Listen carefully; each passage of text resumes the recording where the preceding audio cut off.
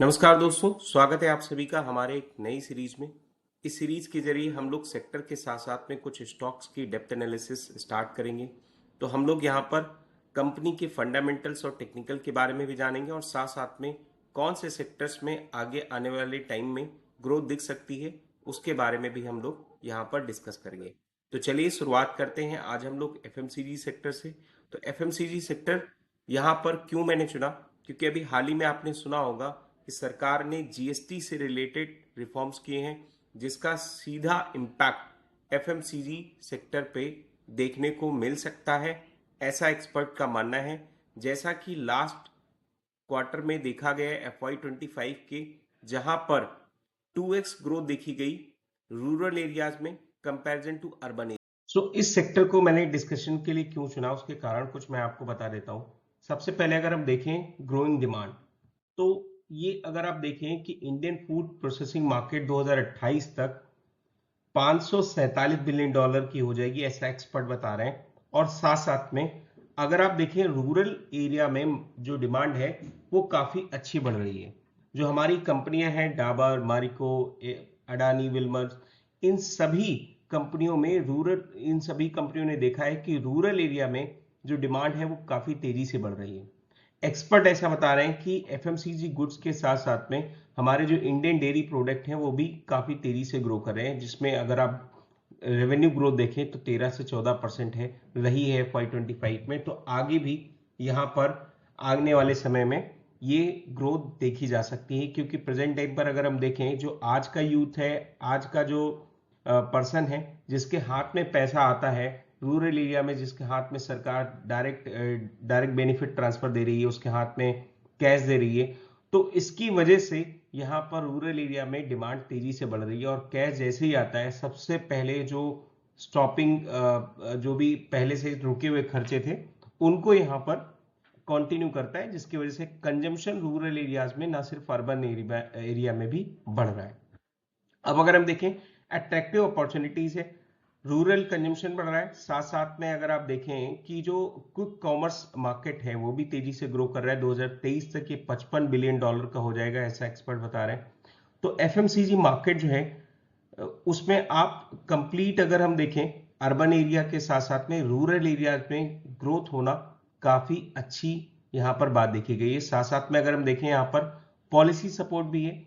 Union budget FY25 और FY26 में अगर हम देखें कि सरकार ने दोनों वित्तीय वर्षों में यहाँ पर एफएमसीजी सेक्टर्स को बढ़ावा देने के लिए काफी योजनाएं लेकर आई है, जिसमें अगर आप देखें एफएमसीजी सेक्टर्स को रूरल डेवलपमेंट्स में फोकस किया गया है, एमएसएमई सपोर्ट दिया गया है। साथ साथ में अगर आप देखें यूनियन बजट में 2023 और 24 में अगर आप देखें तो 976 मिलियन डॉलर जो है आपके यहाँ पर पीएलआई स्कीम्स को दिए गए।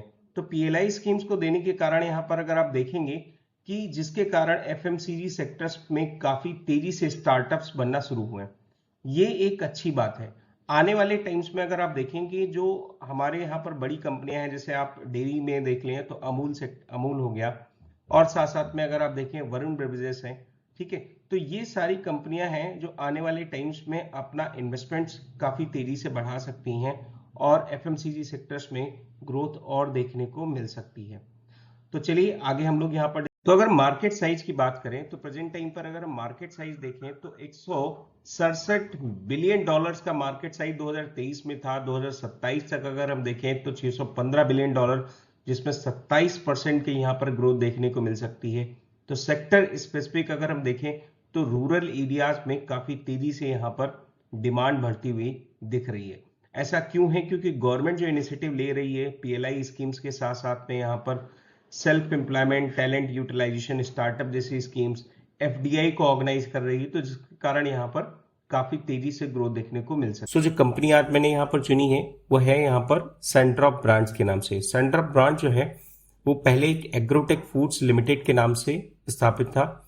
1986 में कंपनी यहाँ पर स्थापित हुई थी। 2024 में इसका नाम बदलकर सेंट्रॉप ब्रांड्स लिमिटेड हो गया। तो कंपनी का जो पूरा बिजनेस है वो दो भागों में विभाजित है। पहला फूड बिजनेस और दूसरा यहाँ पर स्टेपल बिजनेस यानी खाद्य तेल, इसके बारे में यहाँ पर आज हम लोग डिस्कशन करेंगे। तो कंपनी के जो प्रोडक्ट हैं egg popcorn, peanut butter, chocolates and ready to snacks market में एक अच्छे ब्रांड के रूप में जाने जाते हैं। तो कंपनी जो है मुख्यतः दो काम करती है। सबसे पहले यहाँ पर रेडी टू स्नैक्स बिजनेस करती है और साथ साथ में खाद्य उत्पाद तेल्स वगैरह बनाती है।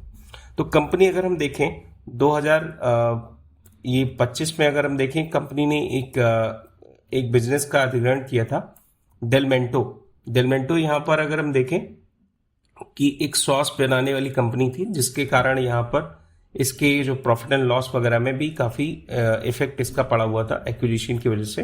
तो उसके बारे में भी हम लोग डिटेल से डिस्कस करके करेंगे। तो चलिए हम लोग यहाँ पर स्टार्ट करते हैं सेंटर ऑफ ब्रांड्स के बारे में। तो सेंटर ऑफ ब्रांड्स का अगर हम प्रेजेंट टाइम पर मार्केट कैप देखें तो 3000 करोड़ का है, और अगर हम इसका करंट प्राइस देखें तो 832 रुपए है। इसका जो 52 वीक का लो है तो वह है 685 रुपए, और 52 वीक का हाई अगर हम देखें तो 1152 रुपए। अगर स्टॉक का P price to earning ratio 78 है, अगर वहीं बुक वैल्यू पर शेयर देखें तो 382 रुपए। अगर हम यहाँ पर प्राइस टू अर्निंग रेशियो वो 78 मैंने आपको बताया, साथ साथ में price to book value ratio अगर हम देखें तो 2.18% है। अगर हम यहाँ पर देखें कि जो सेल्स ग्रोथ है वो सेल्स ग्रोथ 44.8% है। तो चलिए अगर हम इसके प्रॉफिट एंड लॉस पे अगर हम बात करेंगे तो कंपनी का जो नेट प्रॉफिट है वो नेट प्रॉफिट मार्च 2024 तक तो पॉजिटिव था, लेकिन मार्च 2025 में यहाँ पर नेगेटिव दिखा डेलमेंटो के एक्विजिशन के बाद में। यहाँ पर नोटिस करने वाली बात अगर है तो वो अपने कंपटीटर से इसका ऑपरेटिंग प्रॉफिट मार्जिन इसका कंपटीटर्स में सबसे कम है, और धीरे धीरे अगर आप यहाँ पर देखेंगे तो साल दर साल इसका ऑपरेटिंग प्रॉफिट मार्जिन यहाँ पर घट रहा है। यानी कंपनी अपने कॉस्ट एफिशिएंसी के साथ में काम नहीं कर पा रही, कंपनी का कॉस्ट बढ़ता जा रहा है। तो ये एक नेगेटिव पॉइंट है। अगर हम कंपनी के पॉजिटिव पॉइंट्स की बात में करें तो कंपनी के पास में जो डेट है वो डेट सबसे कम है, जिसके कारण ये कंपनी जो है आने वाले टाइम में अच्छा ग्रोथ दिखा सकती है। लेकिन अगर हम इसके टेक्निकल पॉइंट ऑफ व्यू से बात करें कि कंपनी का जो प्राइस एक्शन है वो कैसा काम कर रहा है, तो कंपनी की प्राइस एक्शन में अगर आप देखेंगे तो कंपनी अपने एफएमसीजी बास्केट यानी जो एफएमसीजी सेक्टर है निफ्टी का, उसके कंपैरिजन में यहाँ पर बहुत ही स्लो ग्रोथ इसने पिछले 10 सालों में दिखाई है। अगर हम निफ्टी एफएमसीजी देखें तो यहाँ पर 169% की ग्रोथ दिखी गई, जबकि सेंटर ऑफ ब्रांड्स यहाँ पर सिर्फ पिछले 10 सालों में 35% यहाँ पर बढ़ा। तो 35% बढ़ा, जबकि पिछले 5 सालों में अगर हम देखें तो यहाँ पर सेंटर ऑफ ब्रांड्स के शेयर्स में 29% की ग्रोथ दिखेगी, जबकि एफएमसीजी बास्केट यहाँ पर 76% यहाँ पर बढ़ता हुआ दिखाई दिया।